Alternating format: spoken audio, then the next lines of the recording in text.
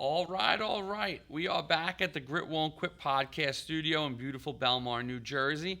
And we have a guest who traveled in from Boston this morning. Good morning, Jen. How are you? I'm good. How are So you? I've never had a setup of work that I have to perform during a podcast, but new year, new things. So I'm interested. Yeah. So you are the owner of Craft Loft. Yes. And you have you have a great career that you've told me about, off camera, that we'll get into and start to talk about the grit of owning a business and being an entrepreneur. So let's get right into it. So you traveled in from Boston to come see me and bring all these, great crafts that we're going to do later today. We're going to make something. So how did you get started? Kind of you were not born in the United States, so let's kind of start back there. Correct, of yeah. where you came from and how you got to this place and how you got to Belmont, New Jersey. Yeah. Oh my gosh. I'll try to keep it short. Yeah. So I was born in China, in Shanghai, and my parents had actually came to the U.S. When I was 7, and then when I was 10, and then I came when I was 13. So you were 6 years without seeing my father, correct? Wow. And That's 3 years my mother. Without your mom. Yeah. When he saw me, he's like, "You're way bigger now."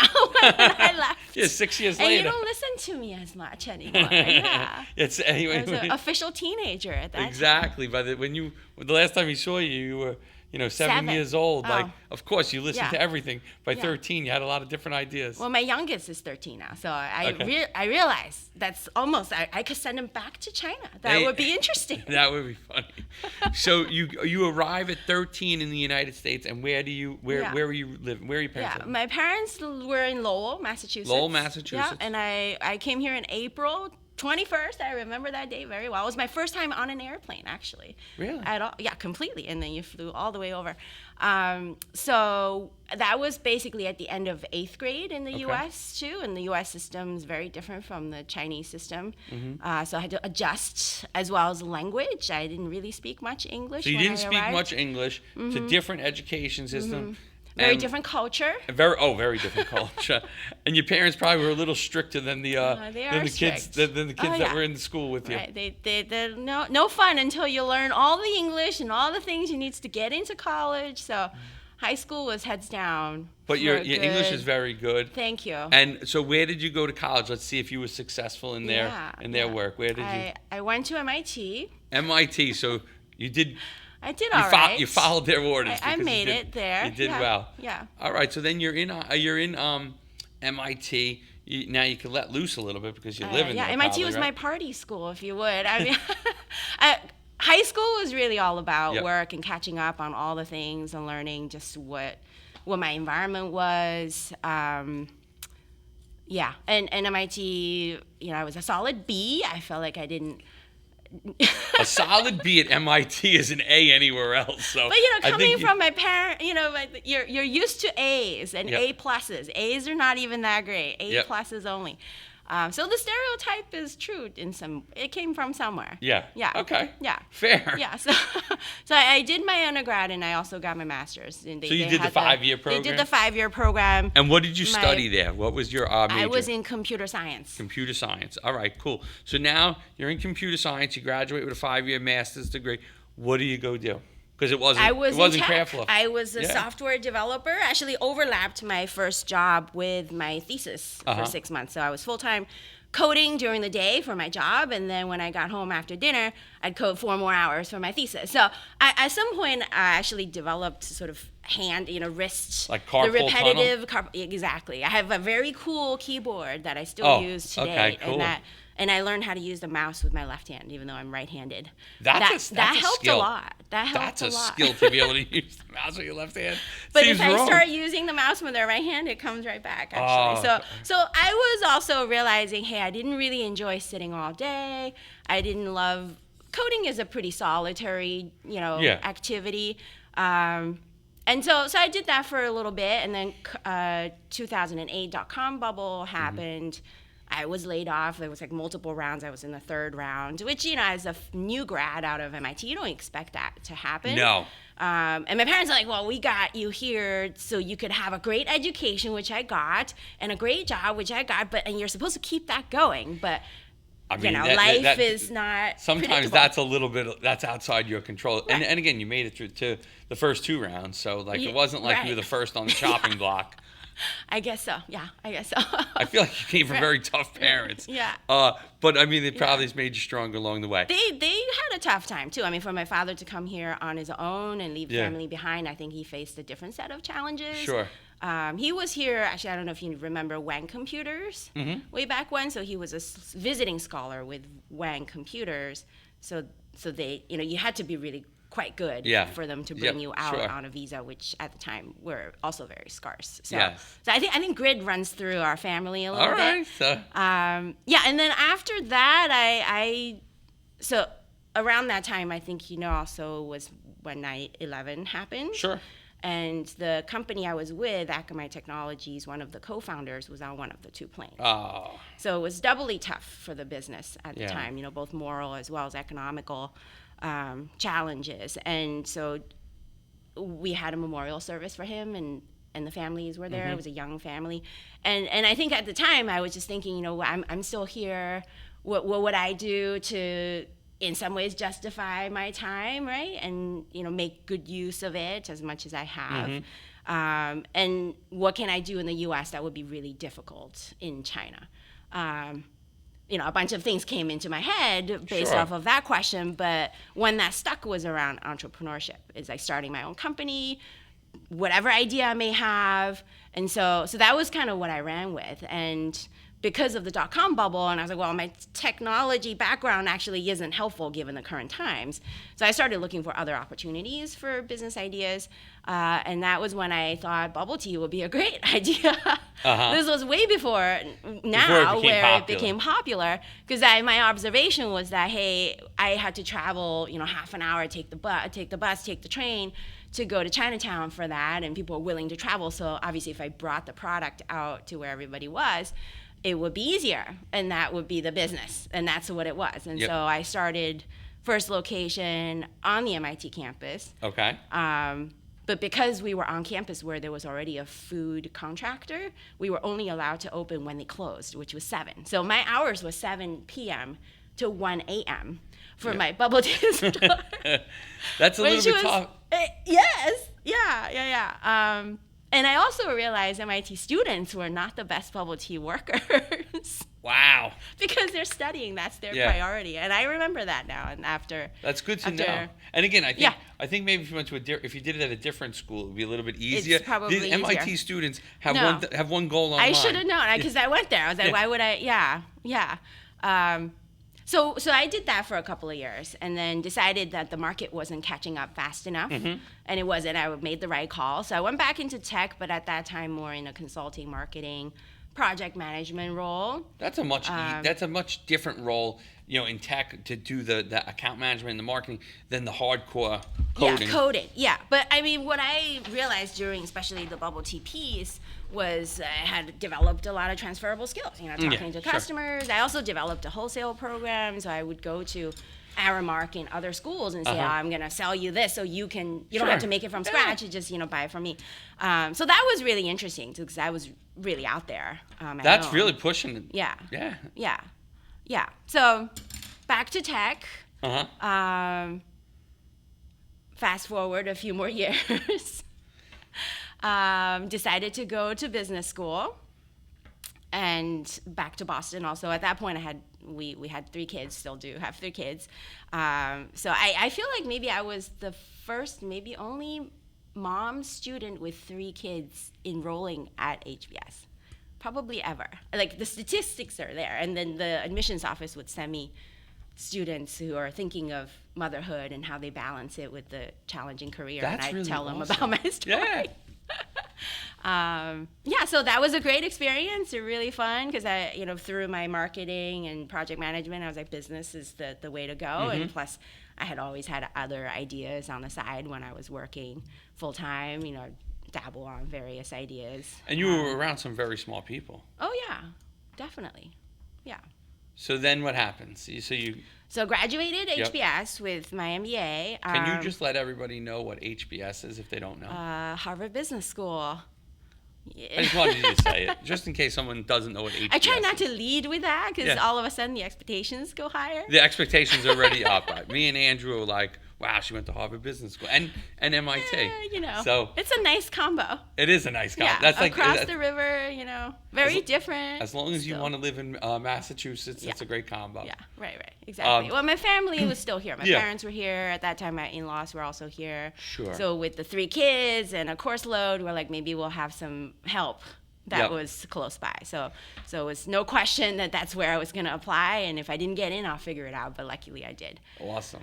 So now you finish HBS and then...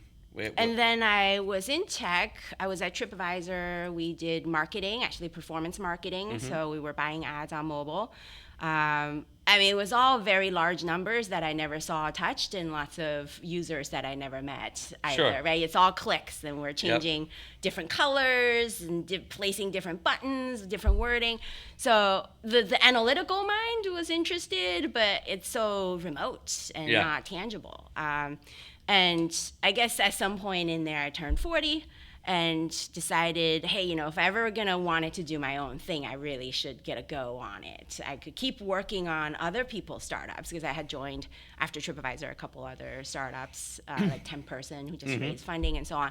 But that's such a roll of the dice, I'm like, how many rolls of dice do I need to do before I'm comfortable enough to be my own founder? So at some point you just kind of have to do it. So now you're in these other roles, and then you just decide you're going. I decided I'm going to do my own thing, and then on the side, I've always been a plant and nature lover. Yep. I think if anything that helped to get me through the hard, like high school, college, my dorm at MIT had lots of plants in it.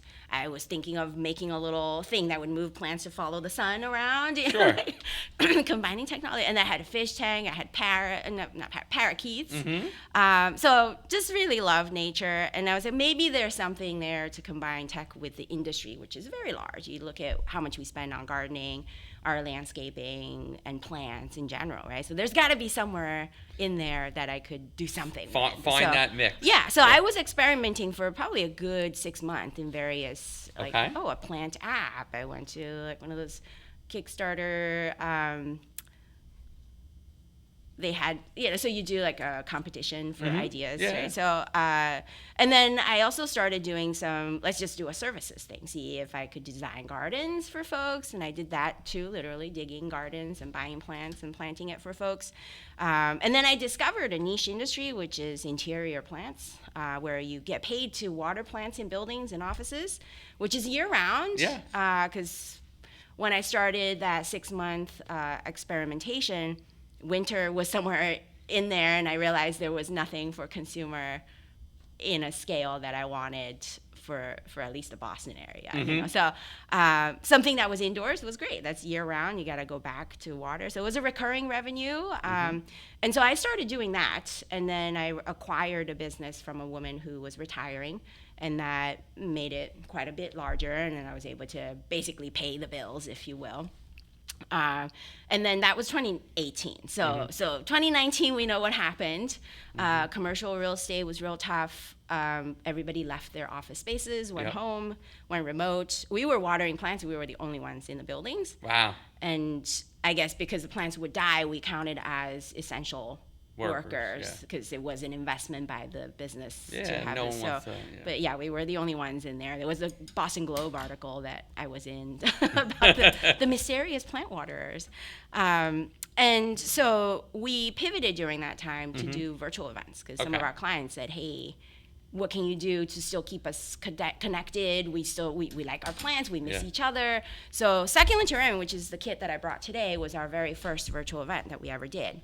All right. So we used to package this up and ship it out, plus the little plant in there, and then I'd hop on Zoom, much like what we were like doing, we're doing here. And then we'd talk about plants for a good hour. Should we start? Should we do something with our? Yeah, we can jump right in. All right. So we start with our glass bowl. Okay. And there are different kinds of terrariums. There's like open face, which is what we're doing here. You can have like a closed thing. But for succulents, you don't really want to close it in. So normally this is an hour experience. I'll save you the trouble of all of that. But it'll be fun. So what we're going to do, I know, we have some fun little things. We're going to open this bag. Okay. And take out the big rock in there and set that aside for now.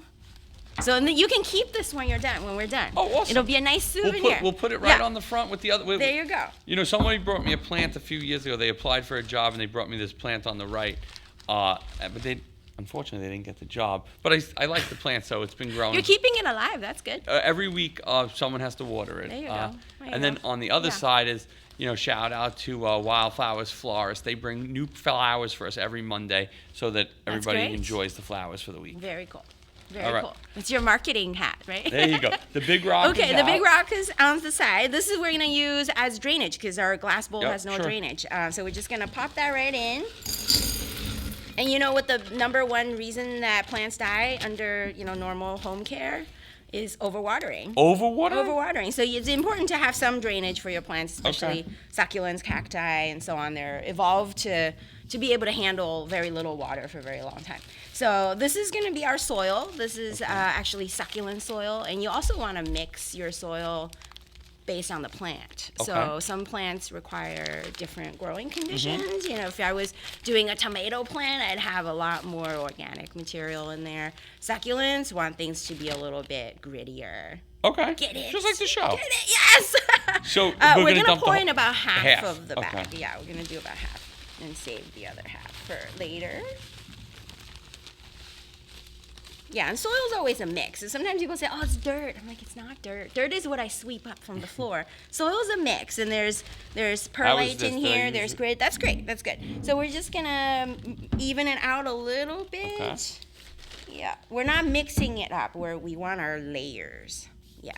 You're doing great. All right, awesome. Thank you. This is not work. This is fun. This is fun. Yes, yeah. All right, cool. Next And then up. so I brought you a plant, Okay. and if you have a preference, we can swap. This is a succulent that's a type of Echeveria. This likes more light. Okay. Because it's got the silver color and so on. And then you have a Haworthia, which is a darker one. So if you're going to keep it in here, We're going to keep it right given at the your front. lighting, I would go with that one. Okay, That's a better perfect. fit for you. This is going to need like direct sunlight All right, hours at a perfect. time. So we're going to squeeze the sides to loosen the pot from the roots. The roots actually like to stick to the sides. See, cool roots, right? So we're just going to pop that out. And we're going to rough up the sides a little bit to help the roots reach into the sides. Yeah, just dig into it. All right. And the roots are different for the different plants. Like your roots are more obvious and you can see it. Mine are just a little bit finer, and that's totally fine. Am I roughing it up okay? You are doing great. All right, perfect. We do a lot of what we do during our workshops is also encouragement and reassurance. Like, yes, you're doing good. Yes. But that's also So something you don't get is from this YouTube. encouragement, or is this This like is- I'm really doing a good You're job? doing a good job. If All you're right. doing something wrong, I would tell you All for right, sure. perfect. I don't- yeah, No, this- you're doing fine. You're doing fine.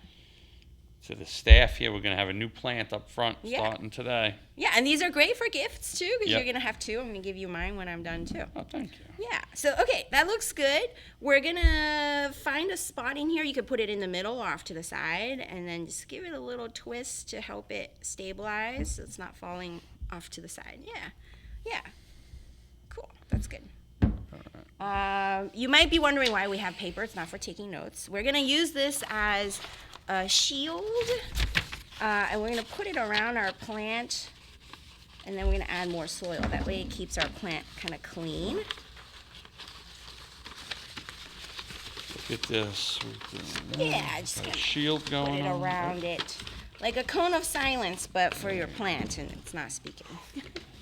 Yeah. We'll tighten it up, a little bit when all the soil is in. So it's just in there, and then we'll grab the rest of our soil, and we'll put it on the other side. Not Where the plant is, on the other side of the paper.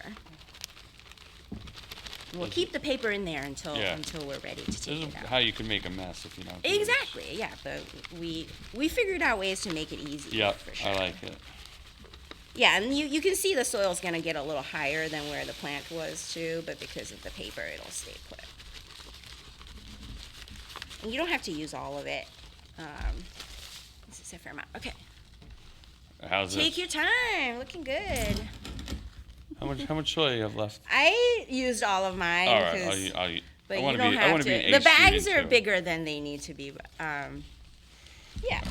Yeah, awesome. So your paper is still going to be in there. We're going to take our chopsticks and we're going to move the soil around. And that way we can take our paper out when the soil is in a good spot.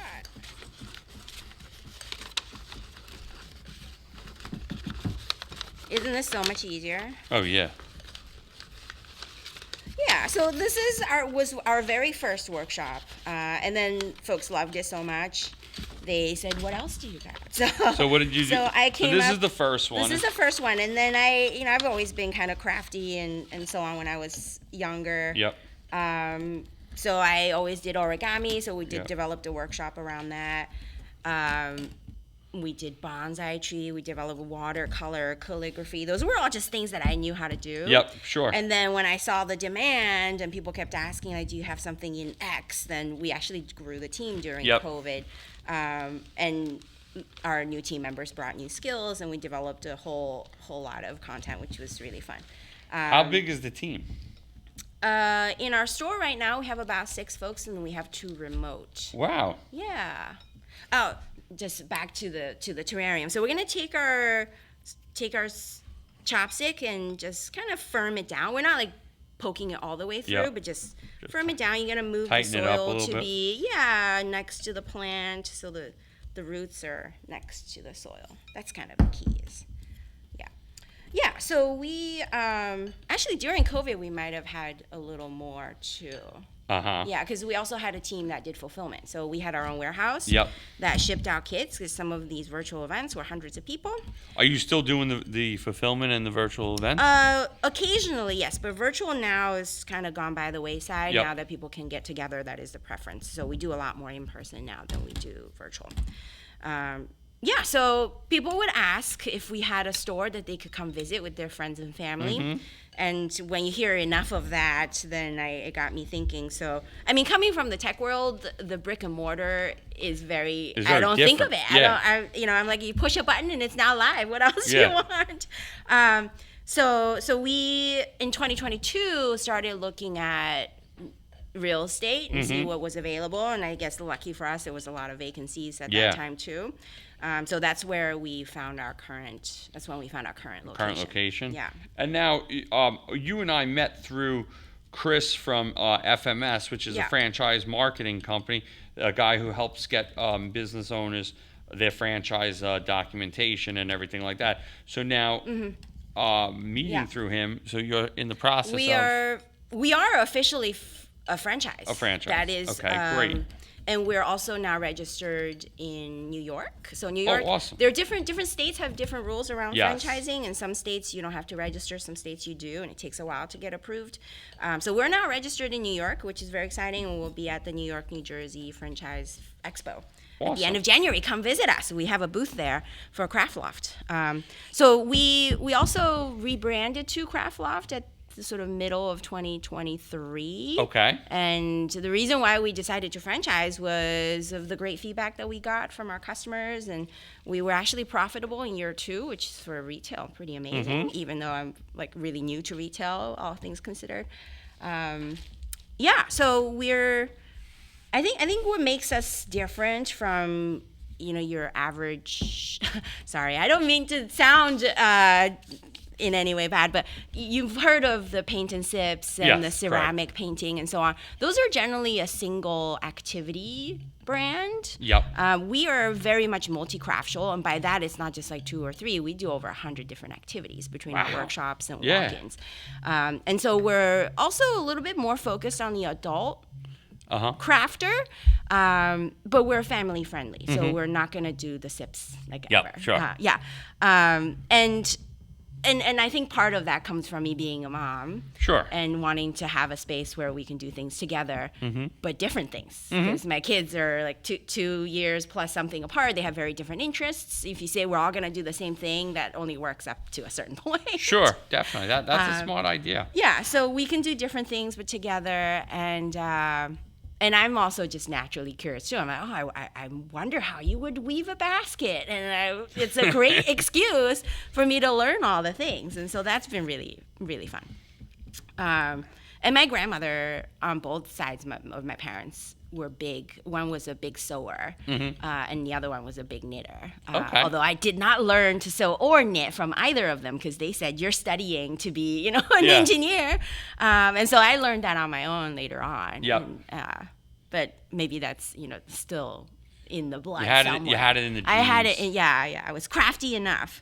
Okay, cool. So we've got our soil. Our plants are nice and settled. Very good. We're going to take our big rock and just tuck it in next to our succulent. It helps to give it a bit more of a contrast for texture, so looking on the top when it has a bigger rock, it looks cool. So some of this, you don't have to put a rock in your terrarium. It's not really going to help your plant grow, although plants like to be near big rocks out in the desert because they actually do help the environment there.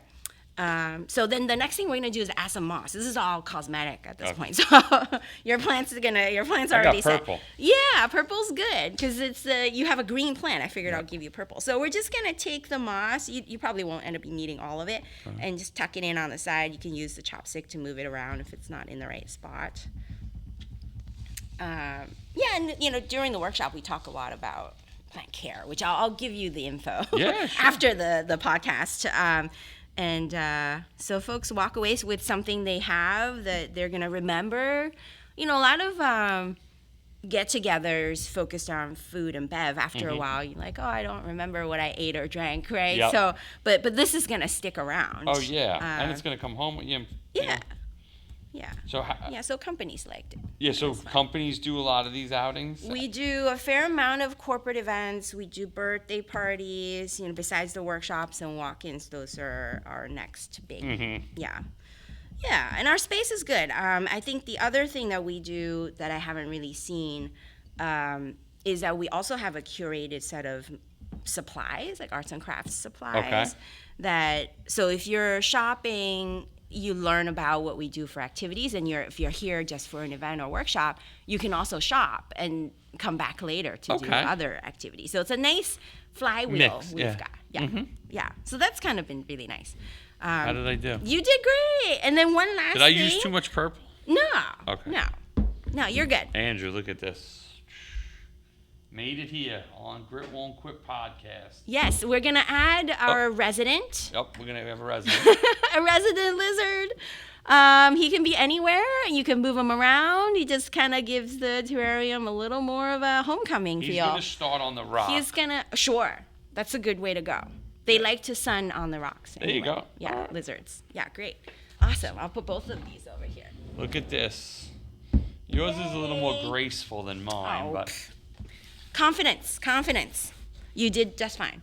So we're also, we're pretty process oriented, right? You didn't know how to do this before, but since you're a great instruction follower, you did a great job. Thank you so much. This looks great. It's so fun. So now let's talk a little bit about the franchise. Yeah. So you're in business and you're profitable, and so now you decide that you're going to work with a company like Chris to help you get the franchise documents, the FDD, and everything that goes with that. So now you want to take this on the road. Yeah, absolutely. And what's the plan? Yeah, well, franchise is one way to grow, right? And you can also do corporate growth. The reason why we looked at franchise and thought it would be a good way to grow is because I think there's a lot of passionate folks about what they do, and that comes through when you're in the store talking to folks. And if you're an owner, that comes through even more. People often, like, when they meet me in the store, they're like, "Oh, are you the owner?" I'm like, "What gave it away?" I don't know. So I think franchise, given that they are owned by the store manager, most of the time, I think that comes through, and I think at the end of the day, that will benefit the customer. So you're looking for owner-operators. Owner-operators to start. Yeah, because this is a very personal business. You kind of really want to be a people person. You want to like crafts, and also to teach people about crafts. Sure. Our team is great. A lot of them have arts background, but they're also a great people person too. So I think franchise will get us that great combination. That's not to say that we won't pursue the corporate growth route. We are looking at expanding to other locations, and maybe if the right franchisee comes along, we'll sell them the corporate locations or what have you. And I know we're right now only one location, so if somebody's looking at this like, have you proven it multiple times? Well, we haven't, but I know that crafting is a very long term.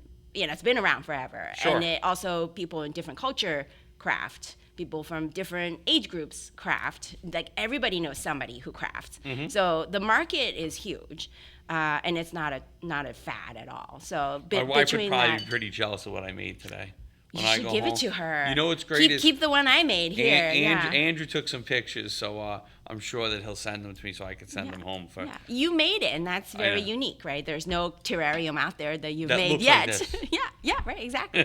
So that makes it personal too, and I feel like these days you can buy the things, and people sometimes are a little bit tired of buying the same things, and this gives it a real personalized feel. Yeah. So franchise is great. We're on the Northeast, so that's where we're looking at first. But if somebody comes to me from Texas and says they want to do it and they have the right background and skill set, why not? Sure. Right? Yeah. I would just say somebody further needs to be more independent since I can't get there in a day. Yeah. But the good thing is you're very tech savvy, so you can do a lot of stuff through technology, whereas not everybody can do that, and so to give them the support that they need to be successful. Yeah. I mean, for training videos, we have them already. So there's their system. You can go watch it again, even if I'm not the one to tell you. Yeah. So how many we're franchises do you want to have open in the next 5 years? Oh gosh. Well, franchise world is very interesting. I've sort of read up a lot on the history, starting from when McDonald's became that's like the golden age of franchise, and then private equity started getting in, and now they're very much on both sides of the world of the franchisor and franchisee, and so getting franchisees now is more difficult than it used to be, because you're competing with the bigger brands like Jersey Mike's and the Crumble and a lot of food brands for sure. I think luckily we're in a space where I'm not seeing super strong competitors. Our offering, I think, is quite unique. And on that strength, I'm hoping that folks would choose us because of what we offer. Sure. I would say, I really want to make sure our first few franchisees are extremely successful and love what they do, and then we can think about the scaling piece of it. So go slow to go fast. I'd hope to get at least one or two in the next year, and then I'm going to focus on that, and the opportunities will come. I'm not concerned. That's fantastic. I love it. This was so fun. I'm glad that you came down. I'm glad that you made the trip. I'm glad that you made us do a project. Because you can experience it. I mean, I could talk all day long, but getting your hands on, you're going to remember. So for people that, want to learn more about your, the business, the franchise, where can they find you? Sure. So if you want to come to our store, we're right now in Cambridge in Massachusetts, greater Boston area. Our store website is www.craft-loft.com. Craft-loft.com. Yeah, if you're ever in Boston for a day or a week or what have you, definitely come down and visit us. And then for the franchise piece, we have a franchise website, which is www.ownacraftloft.com. All one word, no hyphens, and that has additional details. Awesome. Well, this was great. Thanks for coming in today. Thanks for coming down. Thanks for the training. Yeah. Thanks. It's not training. It's just fun. It's fun. Just fun, yeah. And thanks for telling the story. I mean, Thank you have you. a great story. I love it. It was Your inspiring. grits is what we're about. There you go. So thanks again for coming on today. It was a pleasure to meet you. Likewise. And I wish you nothing but continued success in this. Thank you. Thank you.